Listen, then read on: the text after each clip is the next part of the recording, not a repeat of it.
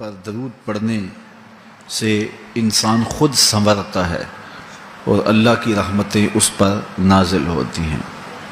علماء نے لکھا ہے کہ درود اللہ کی بارگاہ میں ایک دعا ہے جو اللہ کی بارگاہ میں عرض کی جاتی ہے، اے اللہ نبی رحمت صلی اللہ علیہ وآلہ وسلم پر رحمتوں کا نزول کر۔ تو کوئی یہ دعا مانگے کہ اے اللہ اپنے نبی پر رحمتوں کا نزول کر، تو کیا اللہ تعالیٰ اس کی یہ دعا قبول نہیں کرے گا؟ تو درود ہر صورت میں قبول ہے۔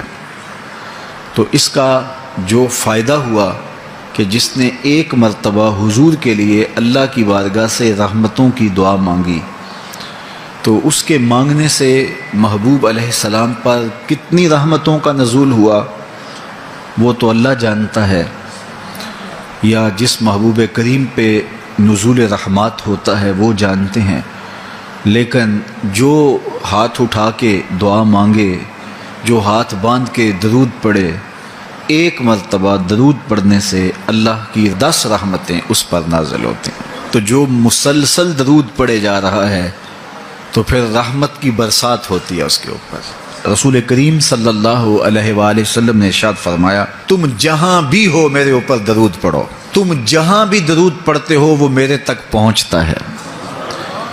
صبح پڑھو، شام پڑھو، دوپہر پڑھو، دن کو پڑھو، رات کو پڑھو، نماز سے پہلے پڑھو، نماز کے بعد پڑھو، محفل کے آغاز میں پڑھو، محفل کے دوران پڑھو، محفل کے اختتام پہ پڑھو، مسجد میں پڑھو، گھر میں پڑھو، جہاں بھی میرے اوپر درود پڑھو گے، جیسے بھی میرے اوپر درود پڑھو گے، فرمایا میرے تک پہنچتا ہے۔ ہر شخص یہ چاہتا ہے کہ میں حضور کی قربت پاؤں، حضور کا قرب مجھے ملے، اور اگر کسی کے سینے میں یہ آرزو نہیں ہے تو اس کے سینے میں دھڑکنے والا دل کسی مومن کا دل ہی نہیں ہے۔ یہ میری بھی آرزو ہے، گناہ گار ہونے کے باوجود آرزو ہے، آپ کی بھی آرزو ہے، آرزو تو کی جا سکتی ہے، چونکہ کرم ہوتے دیر نہیں لگتی، وہ جس پہ چاہے کرم فرمائیں۔ تو اگر قربت حاصل کرنی ہے تو پھر اس کا طریقہ کیا ہے؟ رسول کریم صلی اللہ علیہ وآلہ وسلم نے ارشاد فرمایا، قیامت کے دن میرے سب سے نیڑے وہ ہوگا جو سب سے زیادہ میرے اوپر درود پڑتا ہے۔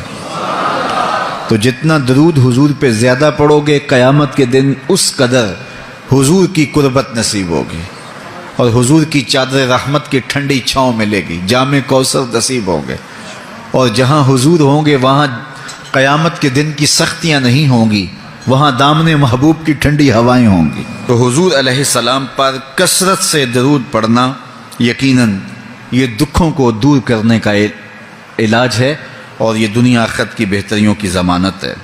حضرت ابو ہریرہ رضی اللہ تعالیٰ عنہ سے روایت ہے جو امام ابو داود نے اپنی سند سے روایت کی ہے۔